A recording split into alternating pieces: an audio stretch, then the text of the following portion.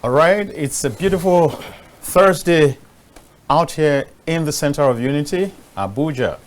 And it's my pleasure, my singular honor to present to you the POLITY, and it's coming to you live from the Abuja studio of King Adebayo Film and Theatre Arts Network TV. That's what is put into a short form and popularly known as KAFTAN TV. So we don't begin to confuse it with the kaftan dress. And so at this edition of the POLITY, we will be talking about something that's trending, and I'm sure that a lot of Nigerians are concerned about it. So you're welcome to the POLITY, this Thursday edition, 22nd May of 2025. And I have the compliments of my guests right away, fantastic gentlemen. And from my far right, you have Samaila Musa, popular public affairs analyst. You probably have seen him elsewhere, several other stations before. And he's the national coordinator, he's the coordinator National Grassroots Initiative, and used to be the former communication specialist, is that correct? Director of strategic communication for the coalition. Director of strategic communications for the coalition of the coalition of northern groups. Is that correct? Yes, please. Right. Okay, so I'm glad that I have a proper northern representative on the set. I believe that he will be standing to project that part of the country in these talks.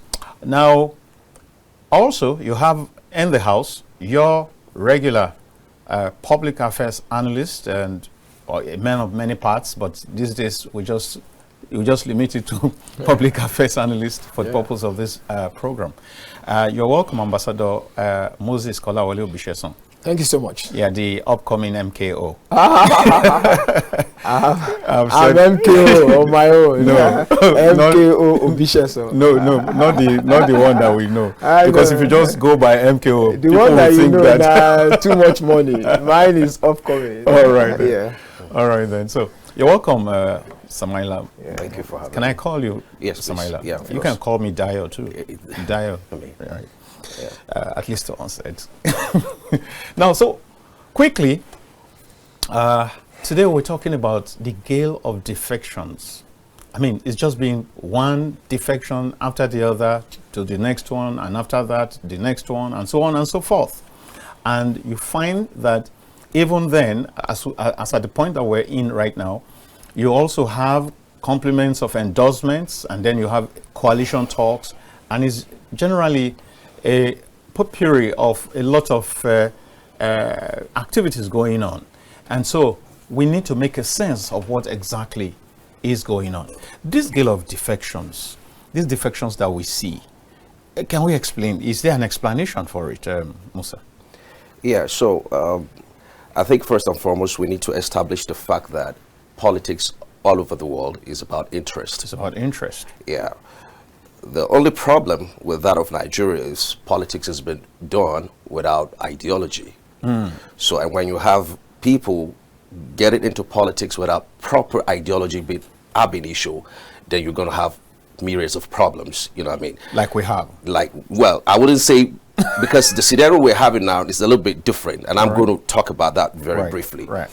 Over time, we've seen where people have been decamping from one party to the other and all that. Yes. As a matter of fact, and I've said this a couple of times, that talking about ideology, I was once talking to a former governor who told us, because a professor who came from ABU came to see him and was talking about drafting the manifesto of a new party about to be floated. All right. And the governor looked at him and looked at us and he laughed. He said, "Prof, I don't need it. You don't need this. Imagine. I was governor for 8 years. I'd never know the manifesto of my party." Wow. And that is what we have in Nigeria. And I can tell you, even as of today, if you across any of these people occupying offices and ask them what's the manifesto of their party, they don't even know it. And yet they're occupying elective office. You understand what I'm saying? So really, it's a problem on its own. But lately we're having defections and all that, and people making endorsements. Yes, I think it would have been a major source of concern if the opposition are making consultations, holding meetings night and day, and then the presidency has just been sitting down, which will have been a source of concern in the sense that you'll be asking, what's the game plan? Because you're not doing anything.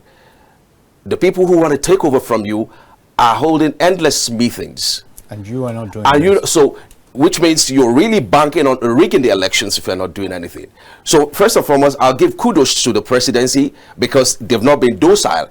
What they're really saying is that we're responding to gangings and all that going on about our sitting here, and we need to do something. So they're reaching out. I won't blame them for that. So, but rather, if you want to blame anyone, you blame the people who don't have ideology, just jumping from one place to the other. And the opposition also have, cried out a few weeks ago to say they're trying to turn the country to a one-party state, which I don't really think that's the point. Because, you see, if we who wants to go to equity must go with clean hands. None of these guys in the opposition today that has not gone to minimum of 3 parties in the past. Most of them. Most of them. So really, what are we talking about? So it's really a fundamental problem of the country itself, not just about one particular party or one set of individuals who are either occupying or trying to take over government today, but generally speaking. And I'll say maybe people like Buhari and Asiwaju himself have not really moved too many times. Too many times, right? Other than that, really, this is a Nigerian problem, and we have to confront it headlong. But are we going to start it now? Because we're talking about 2 years to election. In my opinion, there's a complete or total recalibration of our political system in Nigeria so that we be able to sensitize people. Because for the politicians who are there now, it's late to begin sensitize them on anything. They already know it. You understand? So you're probably talking about perhaps there should be some kind of reorientation about the next generation coming in to understand that this is the way politics has been done in other climes. Right. It should be about ideology. It should be about manifesto. You understand? Because I should be joining, if in the same climate, I should join a political party that I feel aligns with my school of thought. Right. Not just because I feel I'm going to make more money here or it's a vehicle to grab power. You understand what I'm saying? Yeah. But, like they say, power doesn't come to you. You have to go and grab it. Yeah. But everything needs to be done within a sane system. Right. Thank you very much, Samaila. From what you have spoken, I take a quick point quickly to say this. You said there was the encounter between a governor and a prof. Is that correct? Yes.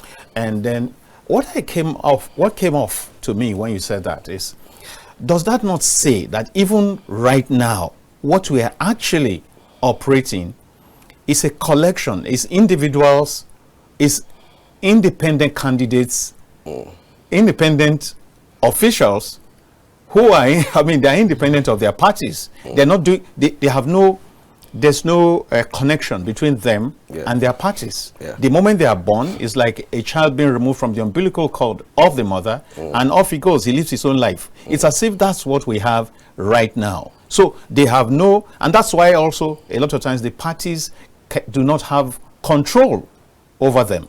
Now, I'm bringing you in here, Ambassador.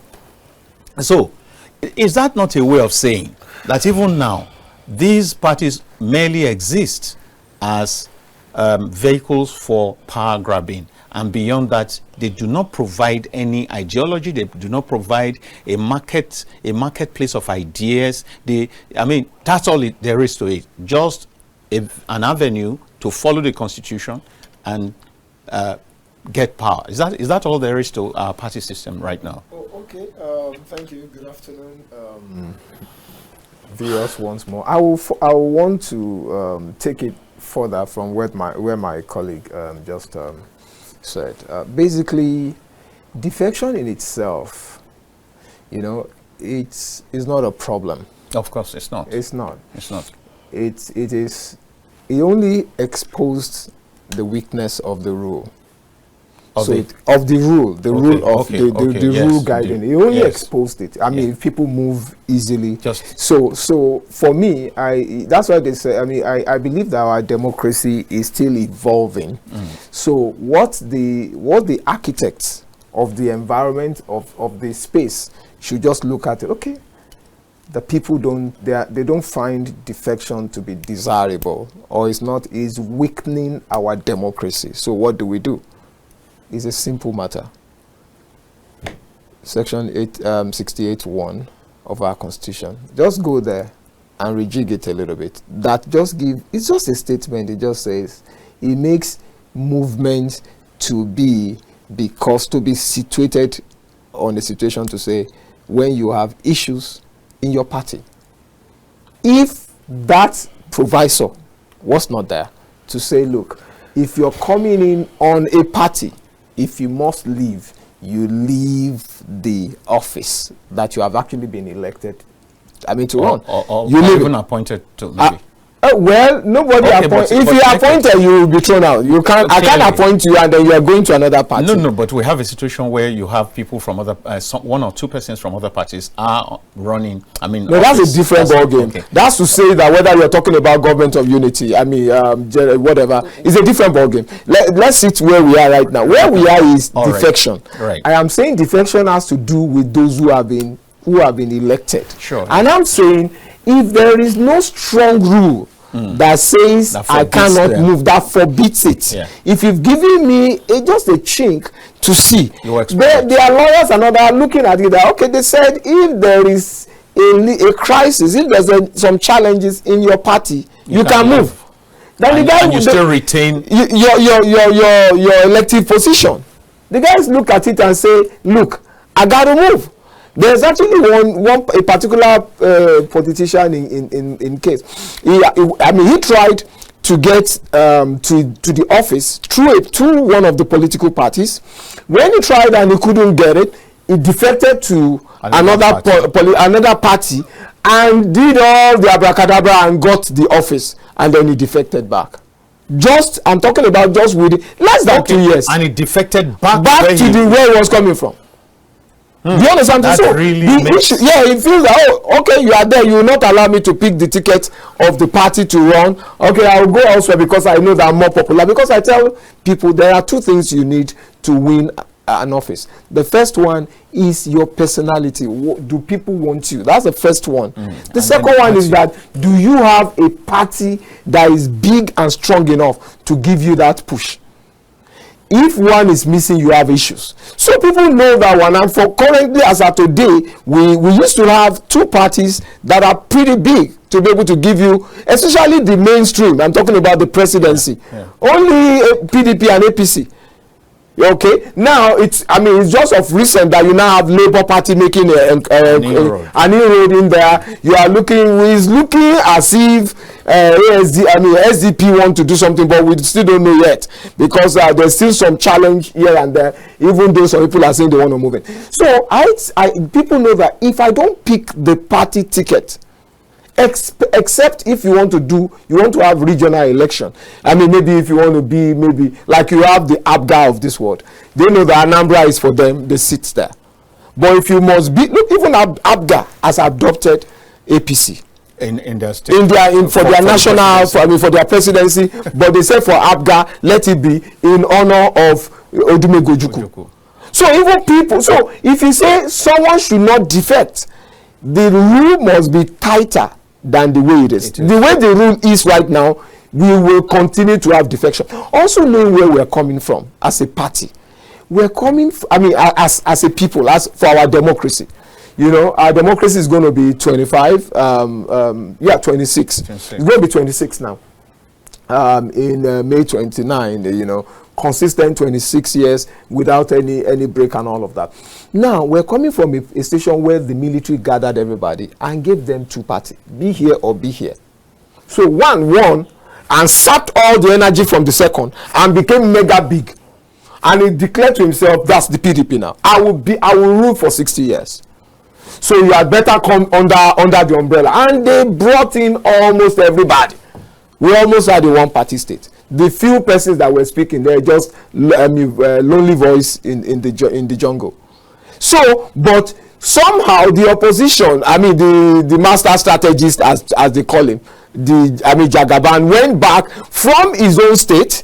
Lagos, that was controlling, tried to gather the southwest, tried to make inroad into other part of the country, and really gave massive push to be able to push out the current. So all I'm trying to say is that we're coming from a place where, because you are saying no ideology, where will you see an ideology when all of them came out from PDP? From the same place. Only few people actually came from other places apart from PDP. So they were all, it's like from the same father and mother. So it's only grandchildren that got intermarried to other whatever that now really moved away from. So for me, I'm not seeing that. I just think if we do not desire defections, it's a simple matter. Because actually it's not helping a whole lot. It has quite a number of issues that it comes out with, where people really don't trust the process anymore. Our democracy is not really very strong. There's no strong opposition, opposition voice anymore. So there's a whole lot to defection. However, if you want to change it, there are a few things that you just need to just go do. Strengthen our rules, the constitution, so that it forbids it.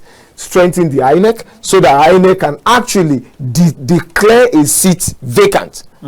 Strengthen the judiciary so that they can look in the face and say, this is what you've done, and then we're going to throw you out. So there are a few things that we can do if we really want to change. All right. Okay, so still talking about the defections. Ordinarily, if there was a to and fro, if there was people go to Samaila party, and some people from Samaila party come to Dayo party. Yeah. Some people from Dayo party go to Ambassador party. People from Ambassador party go to Kayode party and all that. I don't think it would have been so much of a problem, because it will then mean that maybe you no longer, it's a problem, but it will not be as bad as it is right now, the scenario that we have, where the flow is just going from, towards mainly just one party. What is fueling this? Why are we not having the same way hundreds, thousands of people are moving away from the PDP, for example? Why can't we have people from the APC also moving to the PDP, which will provide some kind of equilibrium? Yeah, it's very natural. Natural in the sense that, you see, there's always that advantage of the ruling party. Correct. Right. Which any politician that is very calculative will understand some of this dynamics to say, I have an edge over whoever is contesting against me. That still arises from the fact that there is no ideology. Yeah, of course. You're not faithful to anything. That has been established already. Yes, that has been established. Yes. You understand? So we're just looking for a signboard that says food is ready here. You know what I mean? So when you have that kind of situation, people begin to permutate to say, where do I get my aspirations being met? Correct. How do I go about it? It only takes a very strong grassroots person to win an election from his domain or from his constituency, running against a ruling party. Especially if, for instance, you take a governor who is also looking for a second term. Is almost given a lot of times. We just have few exceptions where someone just come from nowhere and defeats a governor who is running for second term. You know what I mean? Very hard. It's very hard, even though it happened, but just few exceptions. So really, people always want to take advantage of the ruling party. And I have my reservations against people who are just blaming the ruling party. They didn't put a gun to anybody's head. Yeah. They just created a situation where they are forced to pull a seat to the table for a conversation. All right, I like the analogy you've just used. Is it possible that they created a situation of serious hunger and lack so that you would have to come to the table for food? Well, at that level, it's not about hunger at all. People are not hungry. People who are vying for political office are not hungry. All right. Yeah. You understand what I'm saying? Yeah. So rather, maybe they are hungry for power. Okay. Yeah. If they create something like that, it will be on their face because it's going to work against them. if at all you're trying to say they created a situation of hunger so people can, no, that I don't see that happening, because I feel they're more intelligent to want to do something like that. But of course, create a situation where everybody feels we are the person to get married to at this point, if you want to amount to anything politically from wherever you're from, which is very normal. In advanced climes, they call it lobby. People lobby, and we have this scenario that we're having where some governors are declaring to say, we're going to remain in this party, but at the presidency level, we're with the president on this. Yeah. I don't see anything wrong with that as well, because somebody must have been talking to them. They just don't wake up from their sleep and say, this is what we feel. Some conversations are going on the ground. So you need to give credit to the people who know how politics is being done, because in other places, that's why I said earlier, if the presidency had sat down, docile, and watching meetings going on against them day and night, then there's a sinister motive behind their silence and doing nothing. And that should be a source of serious concern to us, to say perhaps they don't even intend for election to hold come 2027. So, but if they're doing what they're doing now, it gives some level of confidence to say, well, they really want an election to hold. Proper contest. And they want to win the election. Right. Because they're not just banking on we are here and no one is coming in until our term of 8 years expires, and even sometimes beyond that. So really, it's a good one. But the opposition also is ganging up. You can't tell them to say, oh, if other people are pulling out from our party and joining the coalition or whatever you call it, then we shouldn't sit down here, because it's almost like a walkover. So we need to do something, and that's, in my opinion, that's exactly what the presidency is doing, which is, I mean, if they're not putting a gun to anyone's head, and people are saying, as long as votes are concerned from this constituency, by the grace of God, we will still deliver beyond 2027, and I'm the right person to talk to, and I have my terms. Are you willing to meet my terms? Because it's about trade by barter. That's what happens at that level. You understand? Because I don't see anybody willingly or without anything to gain just saying, look, I just want to go this direction. You understand what I'm saying? Except in some cases where people also feel there's nothing that is actually cast in stone right, at this level, because the way these people are going, if I need to retain this seat, I need to join them. So yeah, this are some of which is the kind of scenario he talked about. You understand? So which I still see that is normal. Right. Let the game continue the way it's going. All we will always be asking for is let there be a fair environment for everyone to, exercise their franchise. Let there be no anything that encourages violence. Because if we can still be talking, we can still be lobbying, we can still be canvassing people and all that, I think we're still playing according to the rules of the game, rather than saying we just want, it's going to be a very violent one, nobody's coming out in this area to come and vote, we're going to snatch the ballot boxes, we're going to do, what I'm saying? Right. So just make sure that it's still at the level of JoJo in any of your operations. Okay. Now, see, from what we have seen thus far, we have seen a whole lot of defections, and like I said a while ago, a lot of it seems to be in favor of the ruling party, which you have just explained why. I mean, people are looking for where they can make meaning of their political aspirations. Now, so you have a whole lot of those defections in favor of the ruling party, and then you also have endorsements in recent times, the kind of thing he talked about, endorsement of Mr. President, and then you have a coalition on one side. From what we have seen, isn't this already a shadow of what is to be expected in 2027? Don't we have the results as it were? Is this not a mock? Is this not a mock situation even now, even 2 years to the time? Yeah. Well, I don't know the mock that you are thinking, but let me just say this. Look, Jonathan underestimated the power of gang up, and he paid dearly for it. A sitting president. I love what my colleague said. He said it would have been more of a concern if you ruling party sat down so calmly, and all of the other parties are forming alliances and coalitions, and they are moving and they are doing a whole lot of stuff, and you are not seeing, maybe not a shouting move, but a very deliberate and properly thought through moves. What you are seeing, defection that you see today, has been orchestrated and planned and pushed by some people. It didn't happen. No sitting governor who is sitting governor will just be beckoned with and he comes. No, there must be a load of negotiation to say, you know what, you are better here, for him to be able to move. Not only moving, like what we saw in Delta State. Yeah. The guy moved with all of the gamut, the whole paraphernalia of the state. He moved. Because that means that they have talked very whatever, and the few persons, very few, very minute among them who couldn't, just resigned. But the whole whatever moved. What I'm trying to let us see is the fact that what you're seeing is normal, because in the past we've seen a sitting president who even some people say we are going to leave. How many of you? Five governors are leaving.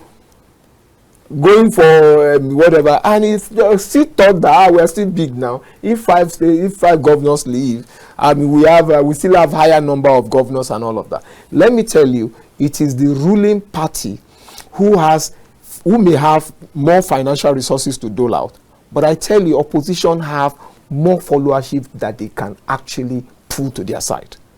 I'll tell you. Look, like you have the situation right now. Several Nigerians are really hungry. They are feeling the pain of lack of the economic bites and all of that. Those are very beautiful way to be able to attract people. And that was why you almost had a tsunami with Labour Party.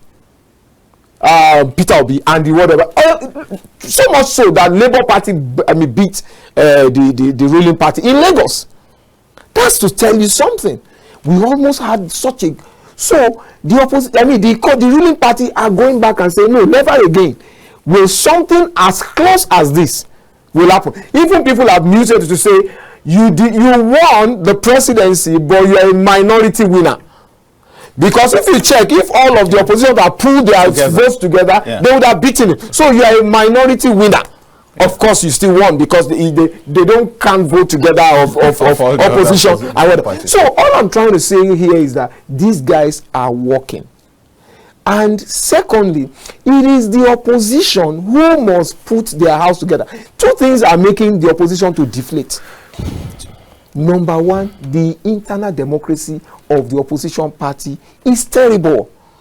So that you're not just looking for defection. They are creating the space to defect. Look at Lagos. Lagos has three chairmen for Labour Party. And they are saying we don't know the one to relate with. Nationally, Labour Party has three who are claiming to the whatever. So in that city, and some people are saying, look at the Nigerian Labour Congress says there's going to be a showdown to be able to take over back their what's it called, their offices nationwide. How can somebody breathe? How can a I love what my colleague said, that look, people are looking for where their aspiration can actually be, it can be met. So what I'm trying to say really to you is the fact that do not only look at the pull, but look at the push. All right. Do not only look at the push, look at the pull. So now the ruling party has got massive attraction. It's telling them, you know what, if you want to win your second time, this is the best place to be. If you don't, let's just come over here. And they have strategies running around the country getting that done. They are not taking anything to chance. They do not want that closeness of winning. I love what you just said, that are you not sure that 2027 is decided? If you can be thinking that, Nigerians are seeing it too. Because if currently right now 70-something senators out of 109, I think they only need 73 senators to be able to pass any bill. So they already say, okay, now we have majority control in the Senate. They're looking at House of Rep. They are looking at the governor, because some people just think elections are won by the number of these key persons that are on your side. Because what I think some opposition parties should be targeting is not even the presidency. Yep. If, for example, some parties have their acts together, they should be thinking about how to ensure that they win more seats in the National Assembly, for example. Maybe for this next shot. Yeah. Then when you have a base of a good number of House of Reps members, of House of Assembly in the states, and a few more governors, then you can now go further and say, this time around we've got good base is strong and we can build on it. But a party that has trouble within itself, pointing at the presidency, I think that they really need to sit back and think. The opposition parties really need to sit back and think. Okay. Because there's no time. Yeah. I'll quickly go to something. You have been the communicator, the director of communication for Northern Groups. Yeah. Now, what is your position? You're no longer their spokesperson, but even then, what is your position concerning the rotational presidency, understanding that there's no law to it, understanding that power moves from the north to the south and back to the north and that way and so on? Do you think has it added any value? Is it something to promote? Yeah, so the point is, I think we've had this conversation back and forth. You know, a lot of times people are not stable as to where they belong on this particular issue. People will speak from the two sides of their mouth, simply because this time around it doesn't favor them. Then the next time when it favors them, they say this is their position. So that has been an issue of utmost concern. But I'll tell you, my personal opinion is that Nigeria has not really outgrown this premature stage of sentiment of religion and ethnicity when it comes to political office or, you know, elections and all that. In order to find a balancing, you know, a lot of times when you say you zone it to the north, you can almost be 90% sure that it's going to be a Muslim northerner that is going to emerge as the president. Correct. When you zone it to the south, 90% or 80% of the time, you're going to be certain it's going to be a Christian from that part of the country. With few exceptions. We saw this happen during MKO, where both Christian and Muslim, both Southerners and Northerners, because the man, it was about the man himself, what he represented at the time. So there was no room for anybody to bring out some doubts, some sentiments to say, based on his antecedents, we don't feel comfortable. Almost everyone was at ease to say, look, it's all right. Yes. You understand what I'm saying? Yes. Because there was no time he shows any difference between both. He has donated to build mosques, he has donated to build churches, he has, you know, he has been virtually everywhere. So you can tell that this was a grassroots man who would just want the oneness of Nigeria, you know, and bring about change. But over time, there are some people who brought in some baggages when they are seeking elective office, and people begin to bring out some videos of what they said at some particular time. How can we trust this person when he spoke against us? How can we trust this person when this crisis happened in XYZ? This was what he said. How can this other religion trust him when there was a crisis of ethnicity in so and so place? This was what he said. Now he's seeking for an elective office. How can we trust him? Because they said from the abundance of the heart comes, you know, so really this is the true him when he wasn't looking for nothing. Now he's looking for something. We can't be deceived. We can't trust. So these are some of the things that is really actually source of concern and a lot of opposing voices when some people want to start preaching oneness because they're seeking elective office. But outside that, perhaps maybe in the nearest future, there will be a time where Nigeria must have grown politically, that nobody is thinking about where you come from, but rather what you can deliver. But again, the question again is, a lot of times we've seen people who we thought they have something in stock for Nigeria. When they came in, they started shaking. Do you get what I'm saying? So really, you don't even know from what point you start to assess people.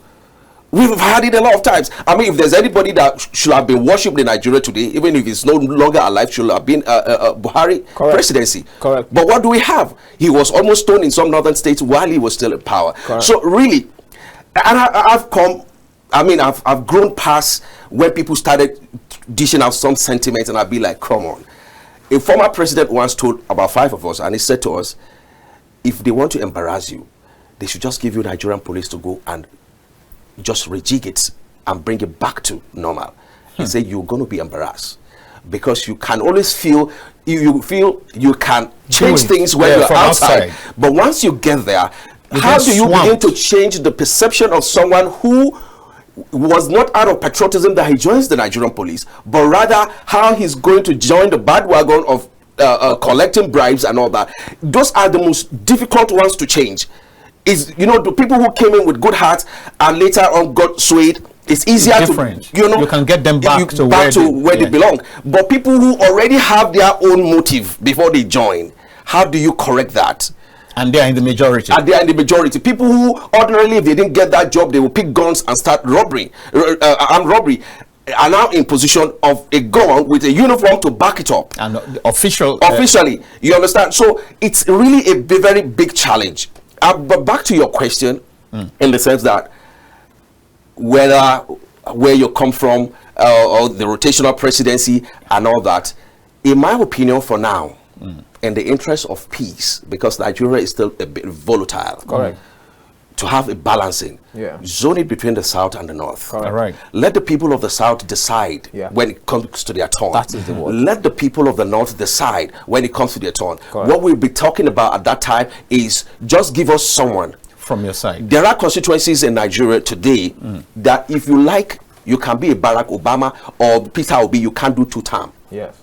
House of Reps and Senate, you cannot do 2 terms because it's rotational between about other communities within the constituency. If you are not trying to convince these other 2 communities to allow you to hold on, they are not asking you if other people have done 2 terms. It will not have gotten to you. Do you get? So we need to have a balancing to have peace in Nigeria, because the stability of the country is paramount. Yes, it is. That's what a fulcrum on which you can build any other developmental things you want to talk about. Right. So that's my take on. Fantastic. We already spoke about this, but not here. Very briefly. He has stopped, and I saw you nodding, which means you are in agreement that it should continue to flow between the north and the south. But there was a move recently at the House of Reps, which was thrown out ultimately, to say let's like micro rotate it, micro zone it a little bit, and it was thrown out. In 30 seconds, what's your... Basically, I love what my colleague just said. He said, look, let there be rotation between north and south, period. Do not micro zone. Because look, when the thing was thrown to the north, Katsina produced Yar'Adua, north west. The second time, when it was also thrown to the north, Buhari, Katsina, northwest. So Katsina, a state, one state out of the 19 states, northern state, produced 2 presidency back to back. Do you understand something? When it was taken to them, why should you now micromanage microzone whenever you're thrown to the south? This was let me tell you, this is the brain of the problem we had in PDP. Because when they say, look, it is now the turn of the south, the big man said, no, it must go to southeast. They said, no, leave it for the south. Let the southerner, let the three zones in the south, let them decide where they want it to come. Whether it is southwest or south-south or southeast, allow them. He said, no. The big man said it needs to come. That is the bane. And you see, we must get to a point where we tell ourselves the truth. Atiku never allowed that natural stuff to... He could have gone behind and support the southeast man to still win. Give him all that he requires so that you take it to south. It's fantastic. But when you now want to lord it over, then the person is looking at, we didn't lord it over the north, we only threw it to the north. And you guys gave us what, and the guys, everybody rallied around Buhari. He wasn't the most fantastic guy. It's good that he's a northerner. He wasn't a lot of us, let me tell you, a lot of people thought that was the Messiah. This guy will not steal any copper, he won't do anything. Man, we've got it. But after a while, he just left it to auto run. So no matter what you're saying is that, please, for now, the democracy that we have is still evolving. allow some of those little what's it called, the agreement, I don't know, because even in PDP it's not just verbal understanding, but it's actually in PDP constitution to say that we will maintain rotation out between north and south. So if you don't do that, you are calling for a problem. That was the beginning and the genesis of the problem with PDP. Quickly, because now ADC today is meeting to ratify their coalition talks, what's been going on beyond our own view. Now, what should any party, like this question could have been asked concerning the APC of that time. I mean, before when they were still in their legacy parties, the CPC, the AC, AC, and then the ANPP, and I think one or two more. Now, what should a party, let's say this coalition, if it materializes, what can it bring to the table that can upstage the ruling party? Well, what are the issues? What? Well, fundamentally, the issues will be that who is going to be the president? Correct. One, they're going to have that challenge, because I see a lot of them who hated each other. It's just the coalition that is bringing them together. So because we have a common enemy, like a coalition of strange bedfellows. Okay, because we have a common enemy. Let's just rally around. But the beef between me and you is still there, even though it's unannounced. But we always know how it happens. I mean, we saw people who just last administration were calling each other names. Today they are holding hands, holding meetings together, which is typical of a Nigerian man, you know. So, but to what extent can the agreement even hold sway or hold water anywhere? In the first because instance, the founding members of the PDP were still part of the people who were saying, please, we can discard that rotation. They were seated in the room where these things were being drafted, but today they want everyone to forget about it, that it doesn't matter, this is Nigeria. So whatever agreement they are holding there, maybe except if they are swearing to an oath by some deadly things, maybe it will make some people to be a bit jittery to say, look, I know the consequences if I try to go against this. But as far as I'm concerned, I do not see anything coming out of it, because even if they eventually, either in 2027 or in another election year, wins the election based on the coalition, they're still going to fight. And this is not, Ambassador, this is it representative, this coalition thing, this move, even the defections, has it anything in it that is representative of the Nigerian on the street? You see, the fact, I mean, like he said, the thing is, if you bring someone that is attractive to the public, to the Nigerian people, you stand a chance to win.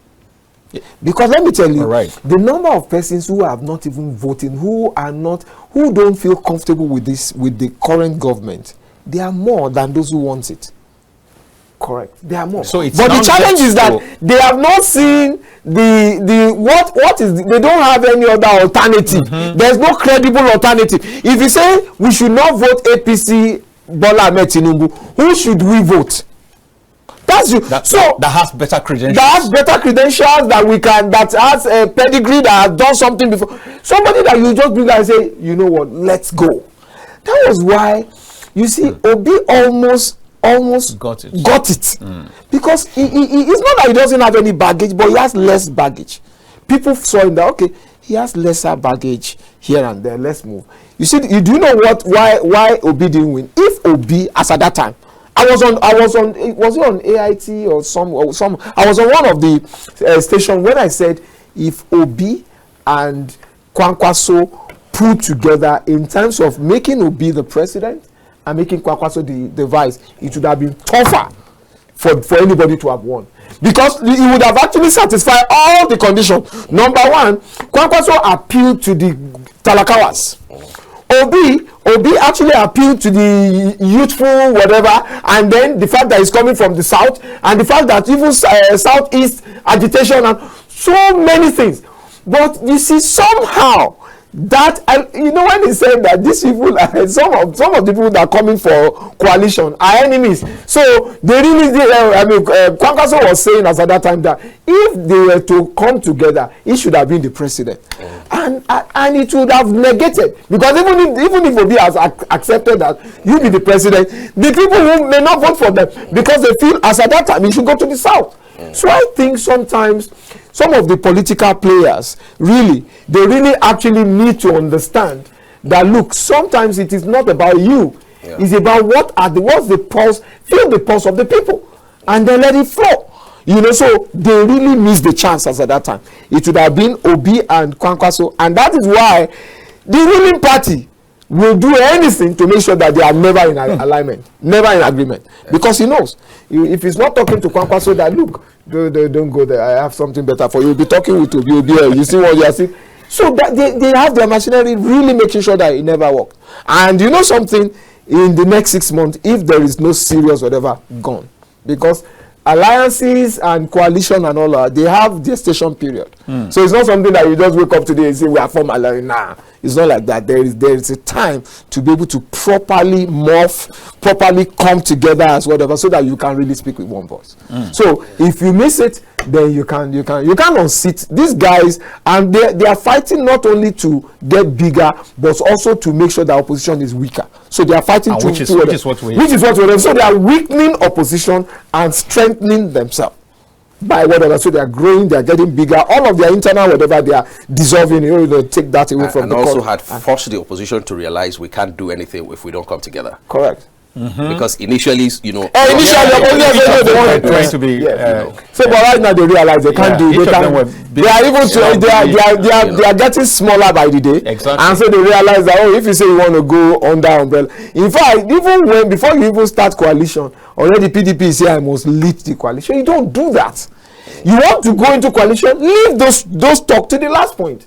When we now gather, all of us right now. So who do you think among us really will be people? No, but even though we don't have the time, let me ask you. Yeah. But even in a group of equals, yes, you can have first among equals. Let me tell you. Look at AC. Is that AC where Buhari came from? He came from CPC. CPC was smaller now. How many governors did CPC came? Only one. Only one. And the ACN had more. Governors. The governors that were moving from PDP look, they were the minority, but they gave it to them because they realized, first of all, power must go to the north. Number one. Number two, this individual appeal more to the Talakawas, to the people. Yeah, so it is not only the first coalition. It wasn't party that decided that. The first coalition failed. Which one are you talking about? Between the Buhari's camp and the Asiwaju's camp. You know, the first one failed because Buhari wanted to bring the president and also the running mate, which was in place of Tunde Bakari. That was why it failed. Until the second time, where he agreed that they can produce the running mate. That you will be the president, but we will give you the running mate. Before they now say, okay, just give me somebody that is strongly Christian. So they brought a pastor, another pastor. So until we marry all of this, it is not you who will decide because my party is bigger. No, it's not about side of party. All right, so we've got to go at this point. I just want to say thank you so very much to Samaila Musa, who I've been on your trail for how many months? I was away, actually. I wasn't around. So how long are you going to be around? Maybe another 1 month. Oh, okay. So within I've 1 been month, around since February. Oh, so, that's what you said. Yes. I don't know how I now missed you after February. Yeah. But within this remaining month, so that Nigerians can bear me witness, you have to return there at least twice. No problem. Yeah. All right. So thank you so very much, Samaila Musa. Thank you for coming, and thank you, Ambassador Moses Obisheson. Thank you for always supporting this show. My pleasure. Thank you so very much.